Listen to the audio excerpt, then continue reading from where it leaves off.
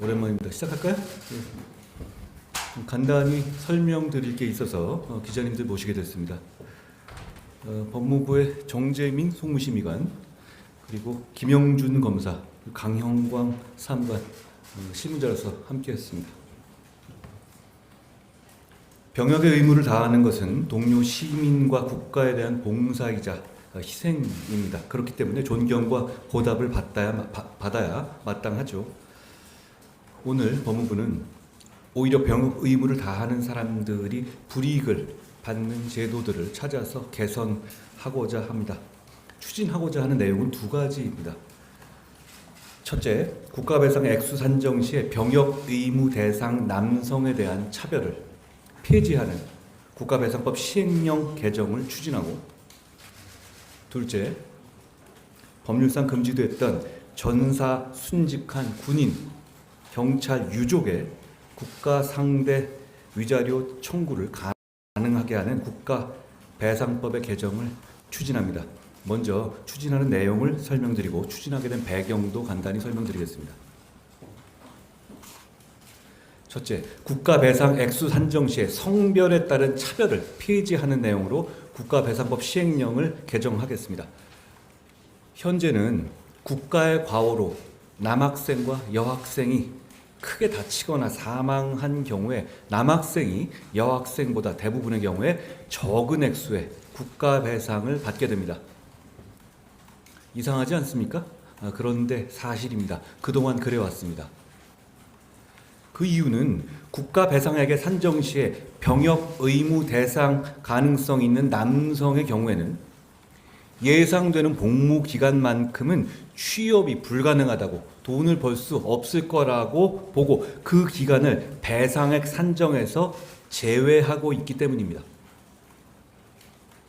이것은 국가와 동료 시민을 위해서 봉사와 희생을 하는 것 때문에 오히려 제도적으로 불이익한 처우를 받는 거라고 저희는 생각합니다. 누구든지 병역 의무의 이행으로 인해서 불이익한 처우를 받지 않는다라는 헌법 제39조 2항의 취지에도 반할 뿐만 아니라 그 자체로 정의와 상식에도 맞지 않습니다. 이에 법무부는 군 복무 기간을 취업 가능 기간에 산입한다는 명시적인 내용을 국가배상법 시행령에 규정함으로써 병역 의무 대상 남성에 대한 국가배상액 차별을 폐지하겠습니다. 둘째로, 전사, 순직한 군인, 경찰, 유족의 국가상대 위자료 청구 근거를 규정하는 국가배상법 개정을 추진하겠습니다. 현행 국가배상법에 따르면 전사, 순직, 군경 본인은 물론 유족의 국가배상 청구까지도 일체 금지되고 있습니다.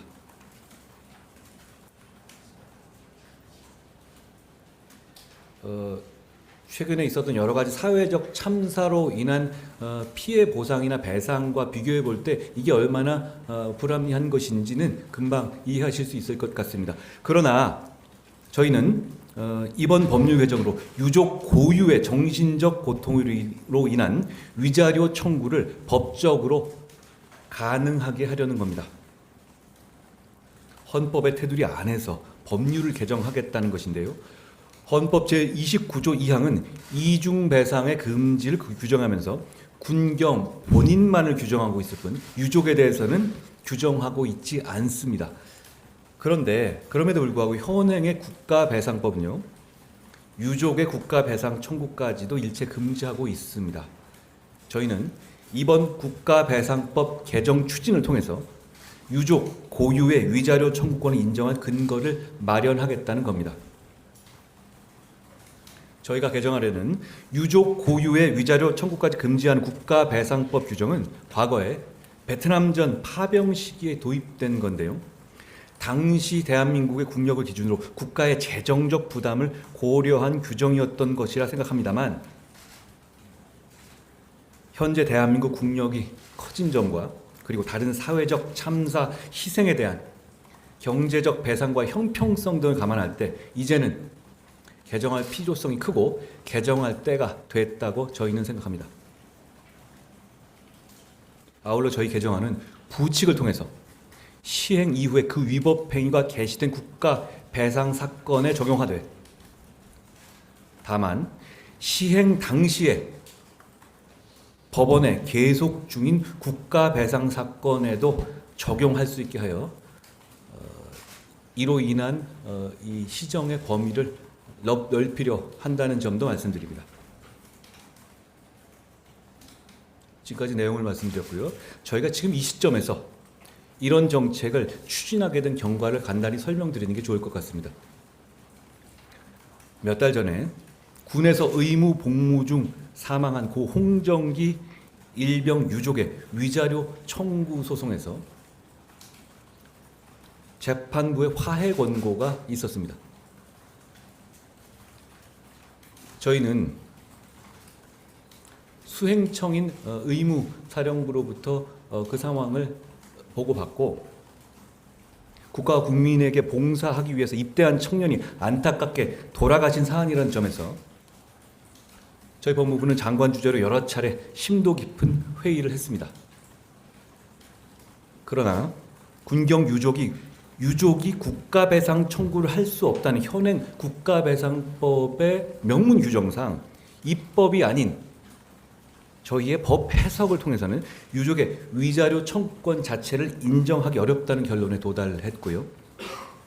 그래서 화해 권고를 수용하지 않았습니다. 그렇지만 그때부터 저희는 군경 유족에게 국가 배상 청구를 금지하는 법률이 아까 말씀드린 이유에서 이제는 바뀔 필요가 있고 그럴 때가 됐다고 판단했고요. 그래서 차제에 국가 배상법을 개정해서 유족에게 독자적 위자료를 청구할 수 있는 길을 만들어 주는 것을 추진하기로 했던 겁니다. 꼭 그 사안만을 위해서 만든 건 아닙니다만 부칙으로 소송이 계속 중인 사안에 대해서도 적용 가능하게 했다는 점도 말씀드립니다. 군에서 자식을 잃은 부모의 정신적 고통은 고인과는 별도로 고유한 것이라고 생각합니다. 그리고 이제 선진국이 된 대한민국의 상황도 고려해야 한다고 생각합니다. 국가배상법 자체는 법무부의 소관 법률입니다. 그렇지만 법무부는 국방부와 경찰, 해경과도 이 내용에서 충분히 협의했고 개선 방향에 대해서 함께 공감했다는 말씀도 드립니다. 나아가 저희가 그 논의를 하고 준비하는 과정에서 법무부는 이번 기회에 지금 우리가 얘기한 위족의 위자료 청구권 배제와 같이 병역 의무자에게 불합리하게 불이익을 주는 제도를 더 적극적으로 찾아보고 이 차제 한번 같이 개선해보자, 앞으로 개선해보자라고 판단하고 관련 법제의 전반을 실무자들을 통해서 검토했습니다. 그 과정에서 저희가 오늘 처음 말씀드린 국가 배상액 산정 시의 병역 의무 대상 남성에 대한 불이익의 점에 대해서도 함께 적극적으로 개선하기로 했고 그래서 오늘 발표에 이르게 된 것이란 말씀드립니다.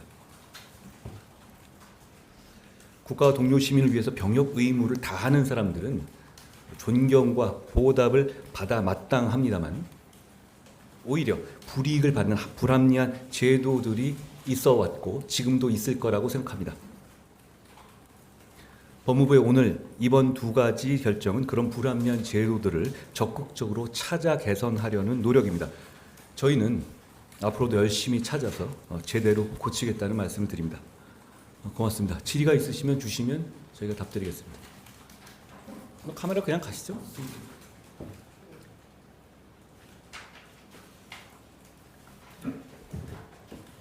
안녕하세요. 예.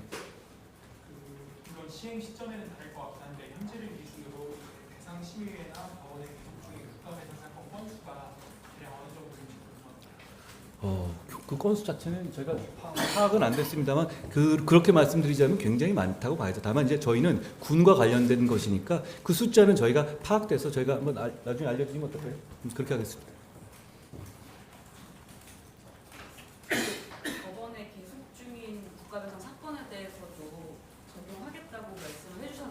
부칙을 그렇게 넣었다고 뒤에 저희가 보도자료 뒤에 있는 부분 그렇게 되어 있습니다. 홍일병 사건 같은 경우에도 적용을 할 수 있는 건지. 제가 어떤 특정한 사건에 대해서 저희가 이렇게 당부를 결정하는 판단이 들어가는 게 아니라는 말씀을 먼저 드립니다. 저희는 청구권 자체가를 허용할 수 있는 청구권 자체를 허용할 수 있는 근거를 마련하는 제도 개선이다라는 측면에서 이해해 주시고요. 그 사안의 당부에 대해서는 제가 여기서 말씀드리지 않겠습니다. 다만 만약 그 이전에 법률이 통과되고 개정된다면 저희 부칙에 따라서 그 사안에 대해서도 유족 고유의 위자료 청구권의 근거로 쓰일 수 있는 법률로이라고 생각합니다. 네. 안녕하세요. 이게 지금 현재는 유족에 대한 청구권을 보장할 수 있도록 시행령을 개정하는 법률을 개정하는 그렇습니다. 인데요. 이게 혹시 헌법상에서는 본인에 대한 거를 한번 인정하고 있습니까? 헌법 개정이나 이런 부분을 추진하시거나 계획이 있으시거나 있으신지 여쭤보고 싶고요. 헌법 개정은 굉장히 큰 결단과 국민적 공감이 따라야 되는 부분이지 않습니까? 다만 제가 이렇게는 말씀드리겠습니다. 그동안에 헌법재판소에서도 이 이슈를, 그러니까 헌법재판소는 헌법 자체를 다루는 곳은 아닙니다. 헌법에 맞는지 법률의 위헌 여부를 다루는 곳이니까 이 관련한 헌법재판에서 직접 그 결론을 내지는 않았습니다만 이 조항 자체가 문제가 있다는 이 적시는 한 바가 있습니다. 저희는 법무부 입장에서는 이 부분에 대해서는 여러 가지 헌법적 쟁점을 고려할 부분이 있다라는 정도로 제가 말씀드리겠습니다.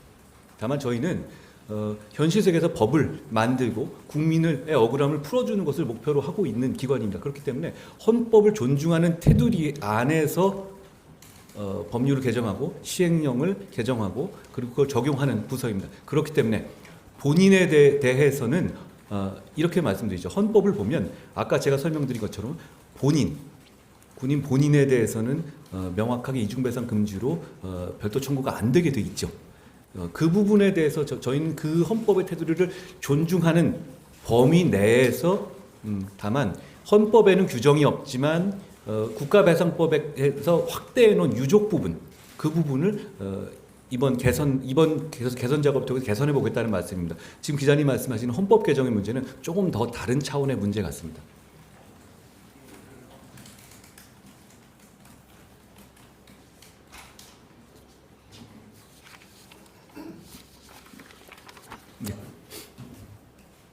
SBS 한소인데요. 안녕하세요. 국가 대상이 선정 시 이제 남성 병역 의무자의 복무기간 산입하는 이 부분 혹시 그럼 그동안 이게 없어가지고 남녀가 크게 차이 났던 사례를 말씀해 주시죠. 어떤 특별한 이런 경우는 이렇거든요. 그러니까 그 어린 학생들에 대한 거가 될 거예요. 왜냐하면 군복무 하기 이전에 사망하거나 정말로 완전히 일시 수입을 계산해야 할 정도로 크게 다친 경우만 해당하니까 그 사안 자체를 저희가 뭐 프라이버시상 그렇게 하나 공개하기는 어렵고요. 계산해 보면 저희가 저희 심의관이 그 보도 참고 자료를 드린 것처럼 이게 계산이 이렇게 나오는 부분 저희가 이제 9살 이 남녀 학생의 경우를 한번 뭐 상상하기도 싫지만 한번 계산해 봤는데요. 이런 방식으로 되게 됩니다. 그러니까 지금 기준 18개월 동안은 이 임금 활동을 하기 어렵다. 그러니까 군복무 나오는 월급 정도를 받을 것이다. 그러니까 일시수입이라는 게 이런 거거든요. 어린 나이에 사망한 경우에 나머지 기간 동안에 벌 수 있었던 돈을 이렇게 어떤 이자 계산이라든가 이런 할인율이라든가 적용해가지고 계산하는 걸 이제 일시수입이라고 하는데 그 부분을 계산할 때 있어서 남자의 경우에 여자보다 한 18개월을 덜 계산한다는 취지입니다. 그게 왜 불합리한지에 대해서는 뭐 제가 더 말씀할 필요는 없을 것 같습니다. 왜냐하면 병역 의무를 이행하는 것은 상을 받아야 될 일이지 이게 벌을 받을 일이 아니잖아요. 그런데 이걸 그렇게 칼같이 이렇게 계산한다? 물론 이런 식의 계산이 뭐 그렇게 맞을 수도 있는데요. 개발적으로. 그렇지만 저는 이게 국가가 병역 의무자들을 대하는 태도, 애티튜드의 문제라고 생각합니다. 그 문제에서 이 문제는 저희가 이렇게 시행령으로 명확하게 규정하는 것이 필요하다고 판단한 겁니다. 네. 안녕하세요.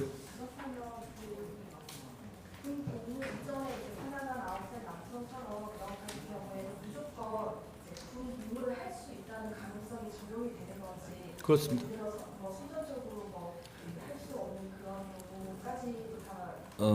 이제 선천적으로 그럴 경우까지는 배제가 될 텐데 그렇지만 이제 많은 경우에는 그러니까 요 정도 나이에서 있는 사람 사실상 나중에는 면제가 될 수도 있잖아요. 그렇지만 그런 가능성까지 감안하지 않고 일단 이 부분에 대해서는 군복무를 한다라는 전제로 지금 현재까지 관행적으로 국가배상심의회라든가 법원 관행이 그렇게 되고 있는 것으로 알고 있습니다. 안녕하세요. OBS 이상호 기자입니다. 안녕하세요. 그리고 첫 번째 시행령 개정에서 군복무 기간을 수익 단정에 넣는 게 혹시 다른 계산 적용되는 그런 사례에서 뭐 약간 이런 틀을 좀 해칠 수 있거나 이럴 여지는 없는 건지 좀 우려를 해보셨는지 궁금합니다. 이 부분에 대해서는 그냥 차별을 없애는 거라고 이해하시면 될 것 같습니다. 그러니까 같은 사고에서 남성과 여성 학생, 남학생과 여학생이 사고를 당했을 때 그 차등, 그 손해배상을 액수가 차등이 나는 게 좀 이상하지 않습니까? 똑같은 나이고 그렇다면? 그러면 그렇기 때문에 이건 계산상의 어떤 특별하게 틀을 해칠 만한 문제는 아닌 겁니다. 그리고 병역 의무를 대하는 입장에 대해서는 저는 좀 틀을 해쳐도 된다고 생각합니다. 뭐 그렇지만 다시 생각해봐도 틀을 해칠 것 같지는 않습니다만. 예.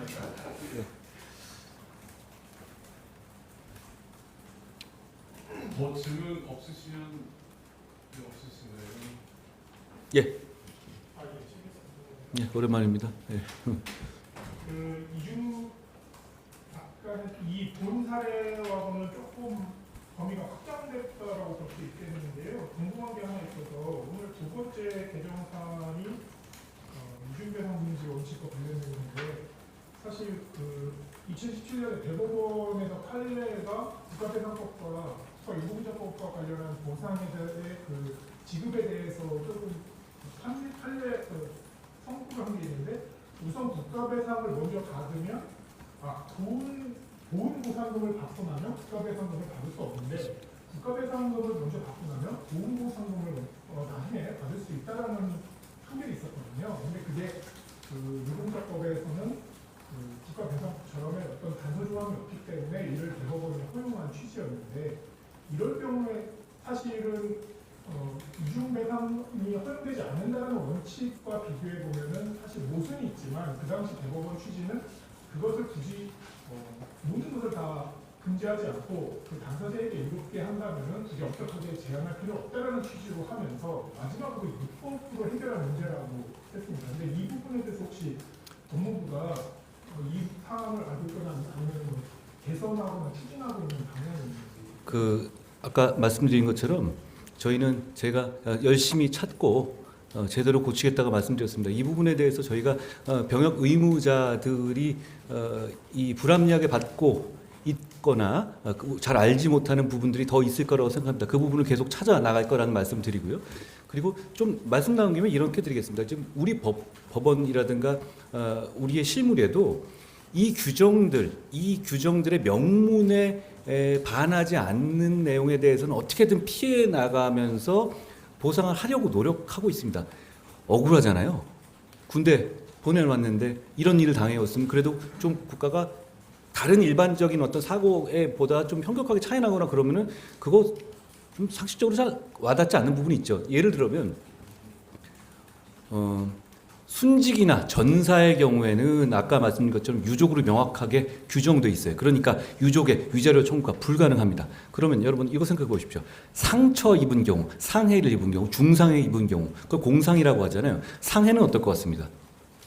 상해를 입은 사람의 가족들의 위자료 청구는 현재 허용됩니다. 이유는 뭐냐? 법에서 유족이라고 명시하고 있기 때문입니다. 유족이란 뜻은 사망한 분의 남은 가족을 말하는 것이잖아요. 근데 오히려 다친 분의 가족들에 대해서는 청구권을 인정하고 있습니다. 그러니까 이 법 자체가 여러 가지 그동안에 장애가 되었던 부분들이 있는 거거든요. 근데 그동안의 방법은 지금 공상에 대해서 위자료 청구를 인정했던 것, 가족의 위자료 청구를 인정했던 것처럼 이 법을 요리조리 피해 나가는 방식으로 좀 합리성을 찾아보려는 노력이었다면 저희는 이번 기회에 정면으로 이 부분을 개정해야 한다고 말씀드리는 거라는 점을 설명드리겠습니다. 아까 김 기자님 말씀하신 그 부분에 대해서도 저희가 한번 살펴보겠습니다.